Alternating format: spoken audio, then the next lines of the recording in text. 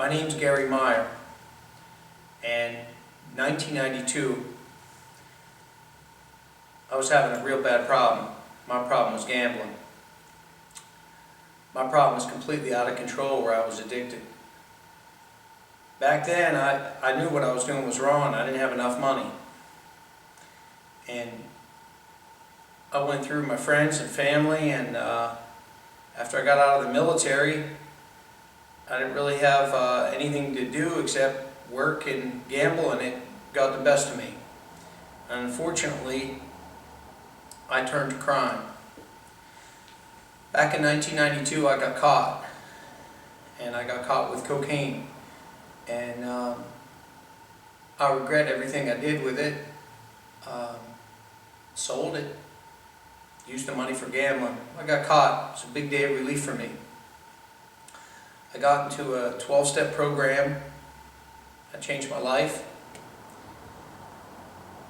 I became on the board of trustees of that 12-step program. Became chairperson of that 12-step program, public relations coordinator. And it changed my life. Then I got released. And that same person you see here today is a different person.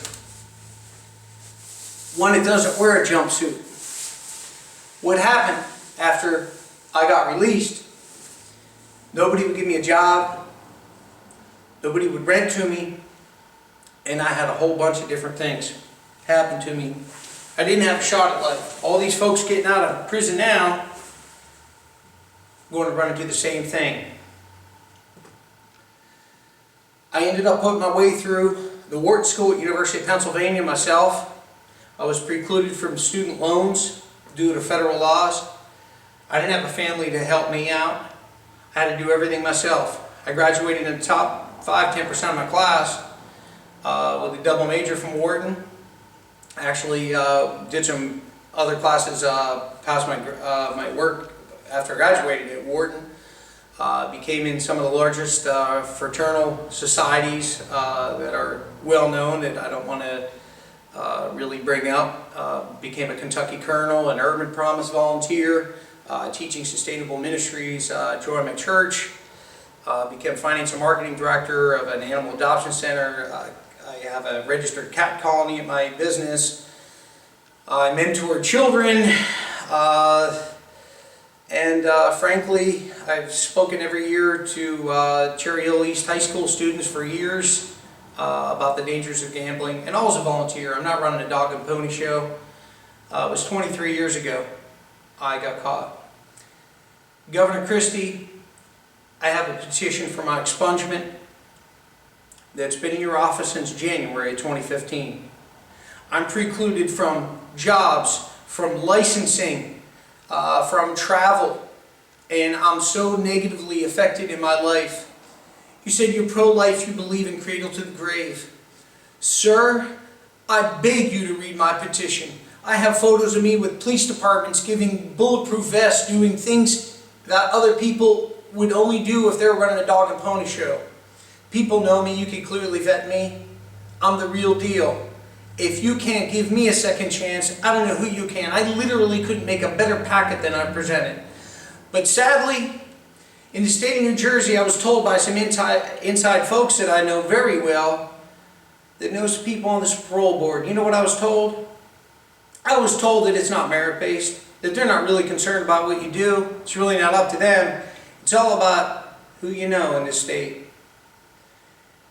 And sadly, me calling different legislators, I can only say to Senator Jim Beach in Cherry Hill, who took the time to meet me. And I did have some serious engagement from Senator Cory Booker's office, who at least tried to facilitate some type of dialogue to really assist me. And I commend you, Senator Booker. Commend you with the strongest terms what you're doing in the federal system. But unfortunately, if we can't get people acclimated into society, essentially what we're going to do is we're going to continue where 80% of these prisoners are going to go back to prison. Now, do you want people to go back to prison, or do you want them to acclimate into society to have a future? Me personally, I've tried my hardest. Essentially, what we're telling folks is, change your life around, we'll help you out. Well, I've changed my life. When can I grow up? When can I move forward and be a more productive member of society? I own a business. I'm not hard to find. And I'll tell you this, I'm not the same person. I'm ashamed of what I did. I'm not soft on crime. One of my letter writers is a former New Jersey prosecutor who knows my whole past, who backed me to the core. I also have a pastor who runs a prisoner nonprofit program. It's a 501c3, who spoke on my behalf. He's my other letter writer. I'm only allowed to write two. And a certain 12-step organization that gave me all the accolades that I rightfully earned in my program as my third letter writer. I'm precluded from jobs. I can't get a visa. My wife happens to be a foreign national, a legal foreign national, residing with me, happily married now. I can't even go and travel for more than 30 days if I want, all because of my record. The sad part here, and this isn't merit-based, I don't know what to do. I'm reaching out to YouTube because I hear all these dog and pony shows. I hear all these people that are telling me about prison reform. Well, if you can look me in the eye and tell me a reason why, 23 years later, I can't continue with my life. This to me is a violation of the 8th Amendment of the Constitution. Cruel and unusual punishment. There should be no reason in perpetuity that I should be punished. Have I got a DUI or a misdemeanor? Anything since that? Since 1992? And the answer is clearly no. I have a lot of friends in law enforcement that have backed me to the bone. But I need help, and I need help at a level that I don't have the contacts with. So I'm putting this video out. I've been living my life undercover for 23 years, and a lot of people are going to be shocked at this. But I have nothing to lose. Nothing. And yeah, I'm emotional because my life is riding on this, and I need help. Please, I urge you all to contact Chris Christie's office, your legislator, and it's not just me. It's other individuals that are suffering from crimes, a second-degree crime. You can get a third-degree crime expunged in 5 years. 23 years later, I can't get my record expunged. So I have to go through a pardon. So I'd like the law changed, and I'd also like a pardon for myself. I beg of you. My name is Gary E. Meyer, and I wrote this and I recorded this.